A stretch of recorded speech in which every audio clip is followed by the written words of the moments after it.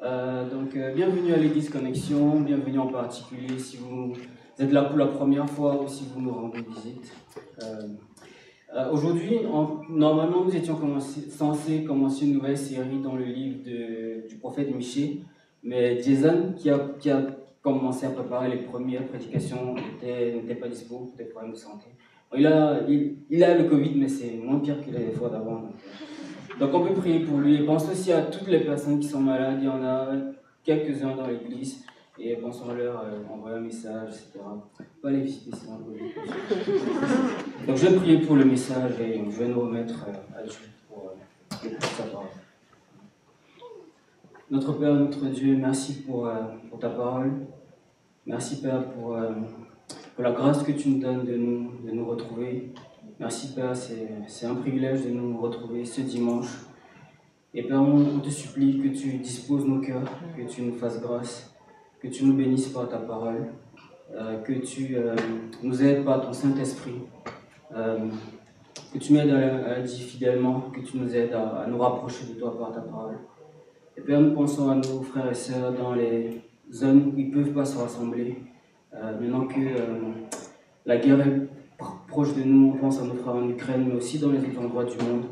On te supplie que ta grâce soit avec ton Église dans ces endroits-là. Et Père, que tu nous rappelles aussi que c'est un privilège qu'on a de pouvoir se rassembler, que c'est un équilibre relativement instable. Père, on te prie que tu sois avec nous et aussi avec nos frères dans ces régions-là. Père, on te prie au nom de Jésus. Amen. Donc, comme je disais, on était censé commencer une nouvelle série, mais vu que c'était pas possible, on s'est dit pourquoi pas revenir sur les résolutions. Et en particulier, ce qu'on a voulu faire, c'est rappeler le pourquoi de toutes ces résolutions-là. Hier, on était à un week-end d'évangélisation, d'ailleurs qui était super, ceux qui étaient là, ça. Et puis, ça s'est très bien passé. Et une parenthèse, je pense que si ça s'est bien passé, c'est à cause des personnes qu'on avait dans l'équipe. J'ai souvent fait des réunions avec des frères pour organiser des trucs. Et c'est souvent, ouais, il faut qu'on fasse ça, ouais, il faut qu'on le fasse. Mais avec les sœurs, c'est il faut qu'on fasse ça, et clac, c'était fait. Donc merci beaucoup à toutes celles qui, Suzanne, Rachel, Maria, Eunice, j'espère que je n'oublie personne. Voilà, merci sur frère, merci. Et hier, je me souviens, pendant qu'on était au week-end d'évangélisation, à un moment, il y a eu une séance de questions-réponses. Et Franck s'est levé, c'est lui qui a posé la première question. Il a dit pourquoi. C'était la fin de la question. On a juste dit pourquoi.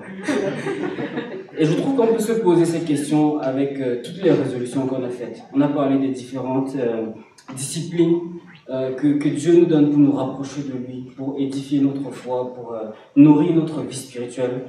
On a parlé de la lecture de la Bible, de la prière, de la louange, de la proclamation, de l'annonce de l'évangile, du don d'une partie de nos revenus au service de l'Église, et de la vie en Église et en communauté avec les autres chrétiens. Et la question qu'on pourrait se poser, c'est pourquoi on fait tout ça? Ou encore, c'est quoi le dénominateur commun? Où est-ce que cela est censé nous amener? Et la chose ce que toutes ces disciplines ont en commun, c'est Dieu. Plus précisément, comme on l'a vu dimanche passé, l'objectif, c'est d'offrir nos corps comme un sacrifice saint, agréable à Dieu. Mais si une chose peut être agréable à Dieu, ça veut dire que Dieu, c'est un être qui éprouve du plaisir. Et c'est pour ça que j'ai pensé comme titre au message d'aujourd'hui, le plaisir de Dieu, l'objectif ultime de toutes nos résolutions, de toutes nos disciplines. Dieu est la raison pour laquelle nous faisons toutes ces activités. Il est la raison de toutes nos œuvres de piété, de toutes nos œuvres de manière générale. Oui, il devrait être la raison. La Bible nous invite à considérer que dans tout ce que nous faisons, nous cherchons à être agréables à Dieu, nous cherchons à lui faire plaisir. Nous allons parcourir plusieurs passages de la Bible pour notre message aujourd'hui, mais le point de départ, c'est le passage que nous avons vu la semaine passée dans Romains 12, chapitres 1 et 2. Je lis pour nous. Je vous encourage donc, frères et sœurs, par les compassions de Dieu, à offrir votre corps comme un sacrifice vivant, saint, agréable à Dieu. Ce sera de votre part un culte raisonnable. Ne vous conformez pas au monde actuel, mais soyez transformés par le renouvellement de l'intelligence, afin de discerner quelle est la volonté de Dieu, ce qui est bon, agréable et parfait. En tant qu'enfant de Dieu, le dénominateur commun de tout ce que nous faisons est de chercher le plaisir de Dieu. L'image qui me vient à l'esprit, c'est celle d'un roi à qui des personnes apportent des cadeaux juste pour lui faire plaisir. Je pense notamment au début du livre des rois, on voit que Salomon avait une grande sagesse, il avait une grande renommée, et tous les autres rois des environs venaient chacun avec les spécialités de leur pays, juste pour lui faire plaisir, pas parce qu'il en avait besoin. De la même manière, Dieu, notre Créateur, c'est ce grand roi à qui nous apportons nos offrandes. Mais contrairement au roi humain, on n'a rien de matériel qu'on peut apporter à Dieu. L'apôtre Paul, enfin on m'a dit qu'il ne faut pas dire Paul, mais Paul. L'apôtre Paul, ça va être long la rééducation pour moi. L'apôtre Paul nous invite à offrir nos vies à Dieu. L'offrande qu'on peut apporter à Dieu, c'est nos vies. Au début de la lettre aux Romains, Paul annonce que l'intention de la lettre, c'est de présenter l'évangile aux Romains. Et les versets 1 et 2 du chapitre 12, ça vient un peu comme le point culminant de toute la lettre. Donc, dans toute la lettre présente l'évangile dans les premiers chapitres, et ensuite, c'est cette présentation de l'évangile qui aboutit au fait que nous devons donner nos vies à Dieu. Et dans les versets d'après, il dit comment on peut le faire. Dans les chapitres d'après, il dit comment on peut le faire. Donc il présente l'évangile, il nous montre notamment que Dieu est en colère contre tous les hommes. On voit ça dans Romains 1, chapitre 1, verset 18. Il nous rappelle que tous les hommes, sans exception, ont péché et sont rebelles à Dieu. Il n'y a pas d'exception. On voit ça dans Romains 3, les versets 10 à 12. Mais il dit, malgré ça, Dieu donne le pardon gratuitement à tous ceux qui mettent leur foi en lui. On voit ça au chapitre 3, les versets 23 à 24. Et ce pardon est possible parce que Jésus, le Fils de Dieu, a pris la punition pour leurs péchés à leur place. On voit ça au chapitre 3, verset 25. Et maintenant que Jésus a pris la punition des pécheurs qui mettent leur foi en lui, Jésus nous donne une union avec lui. Et par cette union, Dieu nous donne une force spirituelle pour lutter contre le péché et pour sortir de l'esclavage du péché. On voit ça au chapitre 6, verset 4. Et par cette transformation, notre être intérieur, dans notre être, alors qu'on était rebelles à Dieu, on devient des gens qui aiment Dieu au fond de nous-mêmes. On voit ça dans Romains 7, verset 22. Et Dieu maintenant nous donne le Saint-Esprit, il fait de nous ses propres enfants, il nous adopte, on est comme les enfants même de Dieu. On voit ça au chapitre 8, les versets 9 et 16. Et après que Dieu nous ait adoptés, il nous garantit qu'un jour nous serons semblables à Jésus. On voit ça au chapitre 8, le verset 30. Et maintenant, Jésus prie continuellement pour nous dans le ciel, maintenant que nous sommes ses frères. On voit ça au chapitre 8, verset 34. Et donc, s'il prie pour nous, rien, absolument rien, ne pourrait nous séparer de l'amour de Dieu, alors que nous étions des rebelles. On voit ça au chapitre 8, verset 35. Et l'apôtre Paul nous rappelle que tout ça, c'est à cause de la miséricorde de Dieu. On voit ça au chapitre 11, verset 32. Et c'est après tout ça que vient le chapitre 12, le verset 1. Je vous exhorte donc par les compassions de Dieu, vous qui étiez des pécheurs, vous qui méritiez sa colère, mais il vous a pardonné, il vous a justifié, il vous a unis à lui, il vous a donné son Saint-Esprit, il vous a scellé, il vous a adopté. À cause de ça, je vous exhorte à offrir vos corps comme un sacrifice vivant, saint et agréable à Dieu. Et puis dans le reste de la lettre, il nous donne quelques applications de ce à quoi ça ressemble, d'offrir nos corps à Dieu. On a vu dimanche passé le service humble dans l'église, on voit ça dans les versets 3 à 8 du chapitre 12. L'amour pour les frères et sœurs en Christ et pour le prochain, on voit ça au chapitre 12 et versets 13 à 20.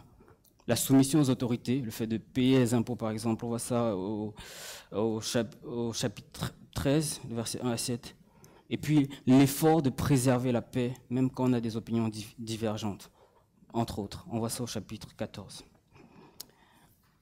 Donc, mais pour notre passage, je voulais qu'on regarde en profondeur qu'est-ce que c'est d'offrir nos vies à Dieu comme une offrande. Dieu est esprit et c'est difficile de l'imager. Et contrairement, comme je disais, aux rois qui pouvaient recevoir des dons matériels, on ne peut pas directement donner quelque chose de matériel à Dieu vu qu'il est spirituel. Mais pour nous représenter le don vers Dieu, la Bible emploie plusieurs images symboliques pour nous représenter le plaisir que Dieu peut prendre dans les offrandes qui lui sont apportées par les hommes, ou le déplaisir que Dieu peut prendre. Et j'ai trouvé 3 illustrations, il y en a plusieurs, mais la Bible nous appelle à nos sens pour nous imager ça. Et je trouve que la Bible appelle notamment à l'odorat, à la vue et au goûter. Donc, souvent dans la Bible, nos vies ou les offrandes qu'on apporte à Dieu sont comparées à un parfum qui monte vers Dieu.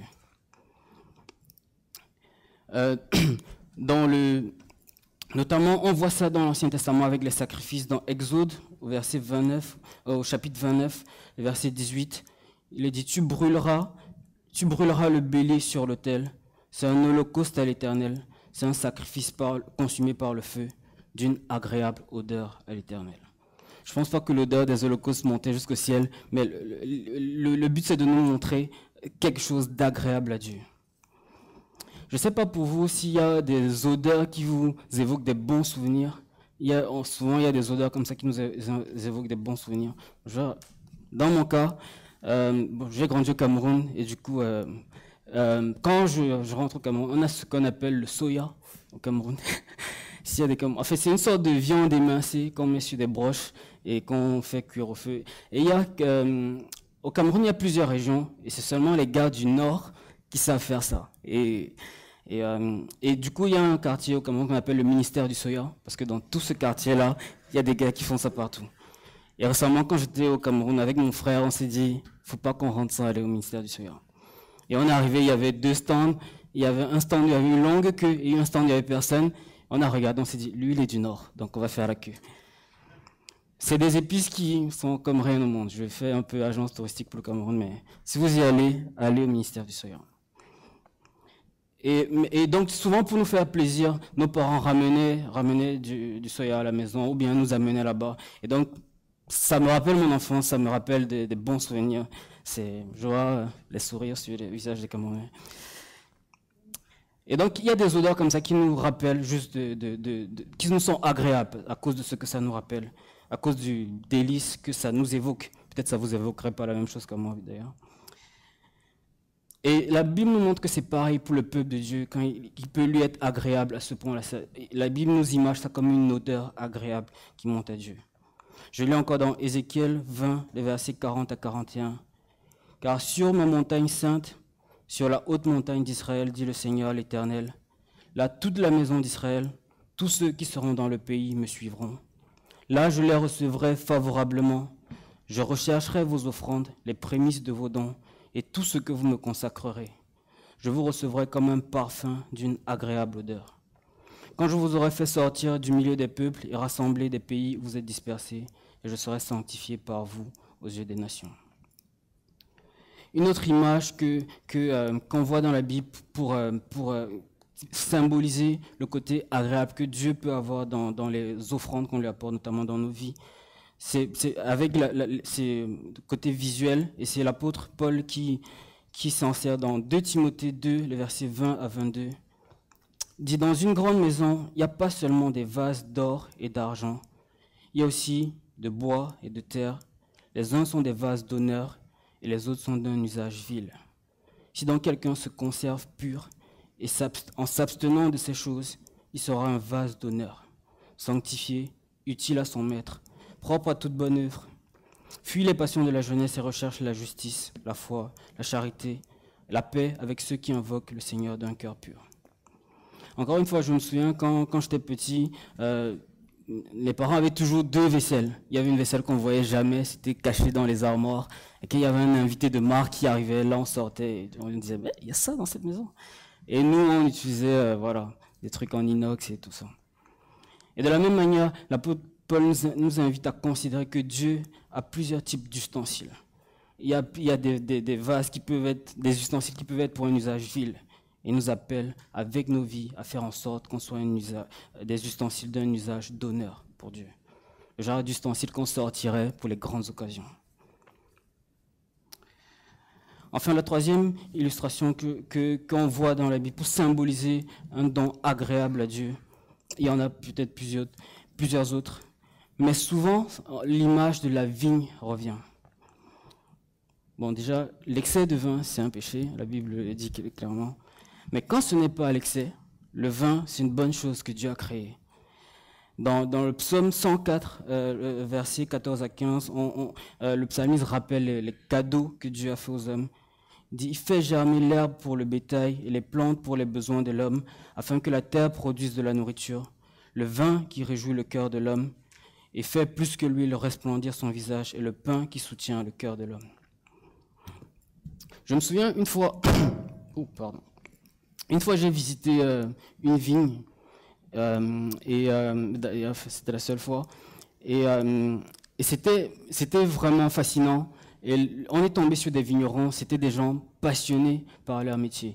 Ils avaient tous les mains écorchées et ils travaillaient eux-mêmes avec les mains sur chaque plant de leur vigne. Et j'étais impressionné par le soin qu'ils donnaient à chaque plante, à chaque plant de vigne. Et j'étais avec plusieurs amis chrétiens et à un moment la dame qui nous présentait son champ nous a dit donc ça c'est le cep et voici les sarments. On a dit oh, et elle nous a regardé comme ça. Ok. Et après elle a dit donc chaque année il faut émonder les sarments. On s'est dit oh, j'avais jamais vu en vrai. Et là je comprenais. Et elle nous regardait bizarrement. On lui a dit non madame, quand on est chrétien et l'image revient souvent dans la Bible. Elle a dit ok. Et je crois qu'elle a pensé qu'on était perchés. Mais c'était passionnant. Et eux-mêmes, la passion qu'ils avaient pour leur vigne nous fascinait et nous passionnait en retour. Et bon, après, bien sûr, il y a le côté dégustation. Après, bien sûr, il faut prendre une bouteille et tout. Mais on avait pris, les bouteilles étaient entre 20 et 30 euros. Bon, ça passait parce on se disait, avec l'amour qu'elle a pour sa vigne, avec tout ce qu'elle nous a présenté, allez, on y va. Mais le lendemain, je me suis dit, 20 euros la bouteille, ça fait cher. L'émotion du cep du sarment était passée. Je me suis dit, 20 euros, ça va. Voilà. Mais en tout cas, j'étais profondément marqué par l'amour que les vignerons avaient pour la vigne. Et souvent, c'était parce que c'était des héritages. C'était légué de père en fils. Et dans plusieurs passages de la Bible, la parole de Dieu montre Dieu comme un vigneron qui prend soin de sa vigne. Dans Ésaïe 5, au verset 1 à 4, « Je chanterai à mon bien-aimé le cantique de mon bien-aimé sur sa vigne. Mon bien-aimé avait une vigne sur un coteau fertile. Il en remua le sol, ôta les pierres et y mit un plan délicieux. Il bâtit une tour au milieu d'elle, il y creusa aussi une cuve, puis il espéra qu'elle produirait de bons raisins. Mais elle en a produit de mauvais. Maintenant donc, habitants de Jérusalem et hommes de Juda, soyez juges entre moi et ma vigne. Qu'avait-il encore à faire à ma vigne que je n'ai pas fait pour elle?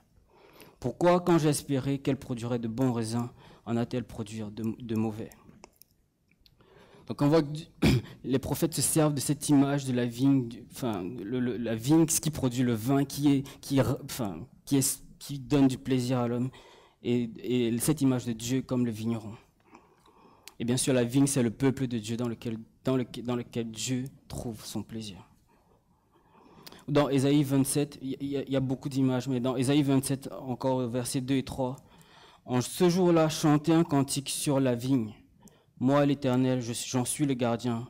Je l'arrose à chaque instant, de peur qu'on ne l'attaque. Nuit et jour, je la garde. » Dieu parle de son peuple d'une manière imagée. Et puis plus tard dans le Nouveau Testament, c'est Jésus qui reprendra l'image de la vigne dans les évangiles. Dans Matthieu, au chapitre 21, les versets 33 à 34. « Écoutez une parabole. Il y avait un homme, maître de maison, qui planta une vigne. Il l'entoura d'une haie, il creusa un pressoir, il bâtit une tour, puis il la ferma à des vignerons et quitta le pays. Lorsque le temps de la récolte fut arrivé, il envoya ses serviteurs vers les vignerons pour recevoir le produit de sa vigne. » Maintenant que Dieu nous a élus, qui nous a justifiés, qui nous a donné son Saint-Esprit, qui nous a adoptés, nous travaillons pour que notre vie soit comme un parfum, comme une odeur qui est agréable à Dieu. Nous travaillons pour que nos corps soient comme des beaux vases des vases d'un usage noble entre les mains de Dieu. Et nous travaillons pour que Dieu prenne plaisir dans son peuple, comme un vigneron prendrait plaisir dans sa vigne. Les résolutions sont juste des moyens, c'est ce qu'on appelle les moyens de grâce, des instruments que Dieu nous a donnés pour qu'on se rapproche de lui. Mais la finalité, c'est Dieu lui-même. La finalité, c'est honorer Dieu et que nos vies lui soient agréables. Donc, nous avons vu que la parole de Dieu nous appelle en tant qu'enfants de Dieu à lui apporter nos vies comme des offrandes. Et dans les deux prochaines parties qu'on va voir, je vous propose de prendre quelques exemples d'offrandes qui ont été désagréables à Dieu. Comme on le verra, les offrandes qu'on apporte à Dieu ne sont pas toujours des offrandes agréables à Dieu. C'est bien pour ça que l'apôtre Paul presse le point, offrez vos corps comme des offrandes agréables à Dieu. Le premier exemple qu'on voit dans la Bible, c'est Caïn. Dans Genèse 4, les versets 3 et 4, 2 à 4, je lis que quelques parties. Abel fut berger, Caïn fut laboureur. Caïn fit à l'Éternel une offrande des fruits de la terre. Et Abel de son côté en fit des premiers-nés de son troupeau et de leur graisse. L'Éternel porta un regard favorable sur Abel et sur son offrande, mais il ne porta pas un regard favorable sur Caïn et sur son offrande. Quand j'étais plus jeune, il y avait les dessins animés qui montraient les histoires de la Bible, et j'étais triste par cette histoire, parce que Caïn, c'était un laboureur. Qu'est-ce qu'il pouvait apporter d'autre à Dieu que le fruit de son travail? Mais Dieu, on sait que pour être agréable à Dieu, il faut la foi. D'une manière mystérieuse, on comprend que Abel avait eu la foi en Dieu. On va voir d'ailleurs une grosse similitude avec son offrande et les offrandes que Dieu va demander plus tard dans la loi. Donc on ne sait pas comment Abel avait la foi, mais on sait qu'il avait la foi. Parce que comme c'est dit dans Hébreux 11 au verset 6, sans la foi, il est impossible de lui être agréable, car il faut que tous ceux qui s'approchent de Dieu croient que Dieu existe et qu'il est le rémunérateur de ceux qui le cherchent. D'une manière mystérieuse, Abel savait que ce n'était pas avec le fruit de son travail qu'il allait offrir quelque chose d'agréable à Dieu, mais par un sacrifice. Alors que Caïn avait apporté à Dieu une offrande de ses œuvres, il avait apporté le fruit de son travail. Un autre exemple de personnes qui font des sacrifices, mais qui ne sont pas agréables à Dieu pour autant, qu'on voit dans la Bible. Un exemple qu'on voit dans la Bible de ce type de personnes-là, c'est les pharisiens. Les pharisiens étaient des hommes qui faisaient partie d'une secte juive qui essayait de pratiquer la loi à la lettre et au maximum de leur capacité. Ils poussaient la pratique de la loi à son maximum, mais pour autant, ils n'étaient pas agréables à Dieu. Paul, avant sa conversion, était un pharisien lui-même. On voit ça dans Philippiens 3, et ce qui explique d'ailleurs son excellente connaissance de la loi. Et on voit dans Galates au chapitre 1 qu'il était animé d'un zèle excessif pour la tradition de ses pères. Mais dans Matthieu au chapitre 23, on a un échange entre les pharisiens et Jésus, donc Dieu, le Fils qui est devant eux et qui connaît tous les efforts qu'ils font pour mettre en pratique la loi.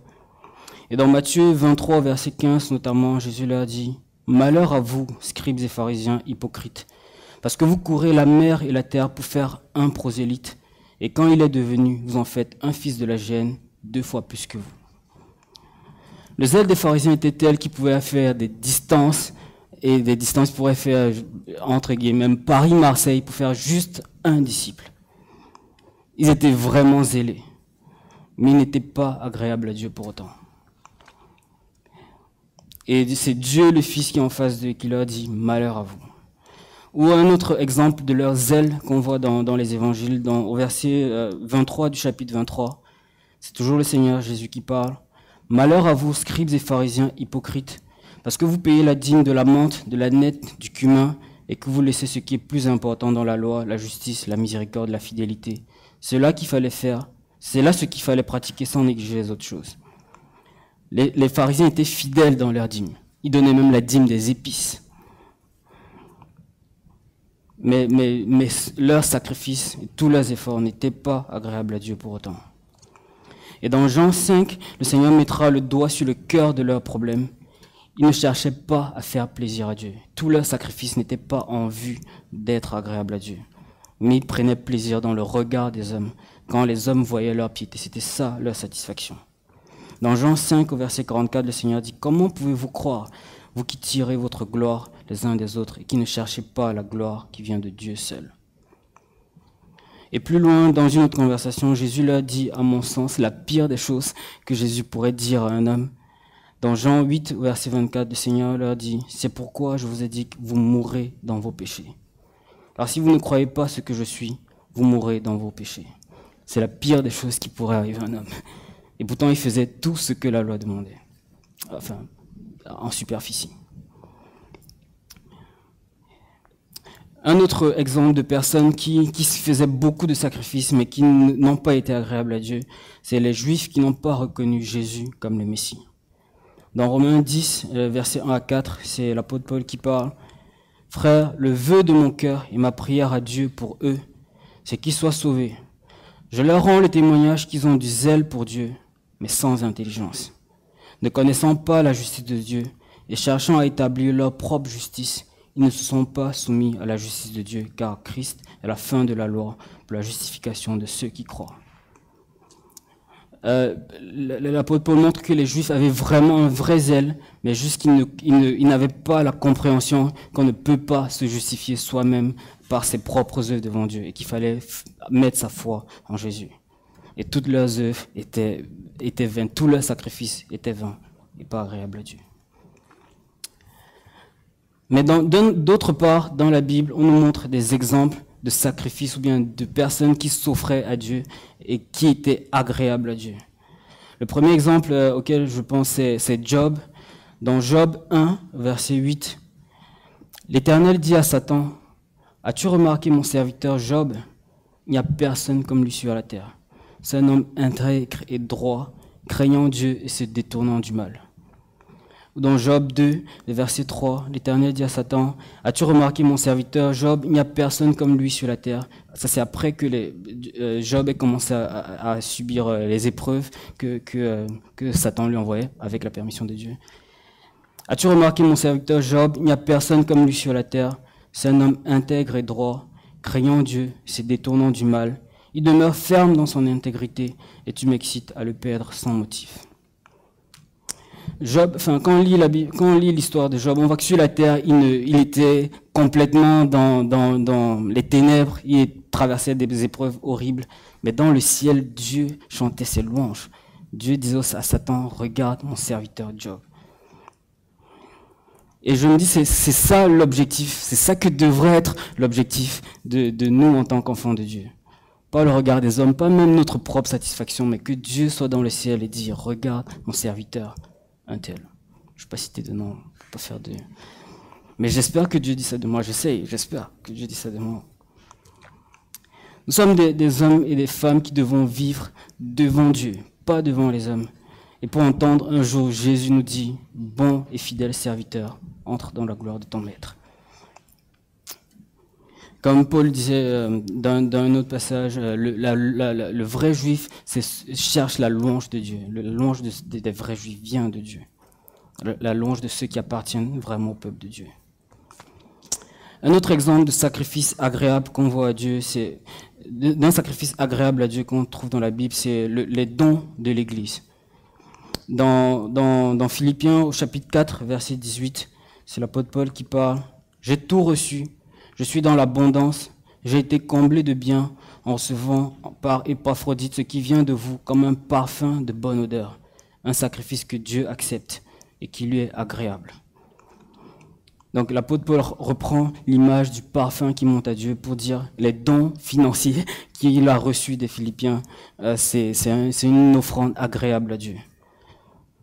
Donc nos dons, les dons de l'Église peuvent être des choses que Dieu agrée, des sacrifices que Dieu agrée. Donc là, il parle des dons, on pourrait l'appliquer à la louange et à toutes les autres activités auxquelles on se donne pour lui plaire. Et enfin, un autre exemple de sacrifice agréable à Dieu, c'est le don ultime, le sacrifice parfait. Non seulement c'est le sacrifice agréable à Dieu, mais c'est le don par lequel tous les dons sont rendus agréables. C'est le sacrifice de Jésus lui-même. Dans Éphésiens 5, au verset 2, c'est dit, marcher dans la charité, à l'exemple de Christ qui nous a aimés et qui s'est livré lui-même à Dieu pour nous comme une offrande, un sacrifice de bonne odeur. Enfin, je vais terminer par quelques implications pour nous sur cette réalité de Dieu qui prend plaisir, Dieu qui peut prendre plaisir dans les œuvres des hommes. La première implication que je trouve, c'est que nous vivons pour la louange de Dieu, en vue d'obtenir la louange de Dieu. Comme c'est dit quelque part, Dieu est le consommateur de notre foi, c'est lui le destinateur final de toutes nos œuvres de piété. Visible ou pas devant les hommes, ça devrait être la perspective que nous avons. Nous ne servons pas pour nous-mêmes, pour être flattés, même si ça fait plaisir de servir Dieu. Mais on veut avant toute chose que Dieu reçoit, agrée notre culte. On peut être tenté de faire de la bonne pratique un objectif en soi. Donc si on regarde les résolutions, on peut juste être tenté de faire de notre lecture de la prière un objectif en soi. On sent de la fierté à être fidèle dans notre lecture, on sent de la fierté à être fidèle dans notre fréquentation de l'église, etc. Mais la finalité de ça, c'est qu'on soit agréable à Dieu, individuellement et collectivement en tant qu'église. La vie chrétienne, c'est qu'on prenne plaisir en Dieu, mais c'est aussi que Dieu prenne plaisir en nous. Et c'est ce que devrait être notre perspective. La deuxième implication que je trouve à ces réalités, c'est que l'Église, c'est la vigne de Dieu. Nous sommes peut-être individuellement, si on reste dans l'image, peut-être un plant de vigne, peut-être un cep. Mais on ne peut pas faire beaucoup de vin avec juste un plant. Ce dans quoi Dieu prend plaisir, c'est dans sa vigne entière. Comme Jason disait il y a 1 ou 2 semaines, l'Église, c'est la maison de Dieu. C'est dans l'Église que Dieu a choisi de se manifester. Dans l'Ancien Testament, on voit que le service de Dieu se faisait d'une manière prioritaire dans son temple. Mais aujourd'hui, l'Église est la maison de Dieu, la colonne et l'appui de la vérité, comme disait l'apôtre Paul. Une autre implication que je trouve à ces vérités, c'est quelques pièges à éviter. C'est que je pense que nous tous, on peut être tentés de tomber dans un culte d'apparence.